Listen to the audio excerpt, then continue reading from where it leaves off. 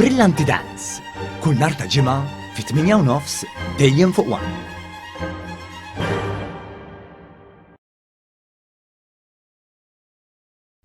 Mal-40,000 persuna mistennija jattendu għal Europride fil-Belt Valletta u li se jsir bejn is-7 u 17 ta' Settembru ta' din is-sena. Ħabbret dan is-Segretarju Parlamentari għall-Ugwaljanza u r-Riformi Rebecca Buttigieg f'konferenza tal-aħbarijiet fid-daħla tal-Kapitali Maltija. F'din il-konferenza tal-aħbarijiet, is-Segretarju Parlamentari Buttigieg sostniet li l-Europride tirrappreżenta festa ta' mħabba u bekk anke din il-konferenza tellet propju f'jum San Valentinu. Hawnhekk ġie sostnut l-unur li pajjiżna se jkun qed jospita dan l-avveniment internazzjonali fuq medda ta' xahar tiem u kif dan jimmarka anke ċertifikat ta' kredibilità ieħor għal qasam tal-ugwaljanza f'pajjiżna.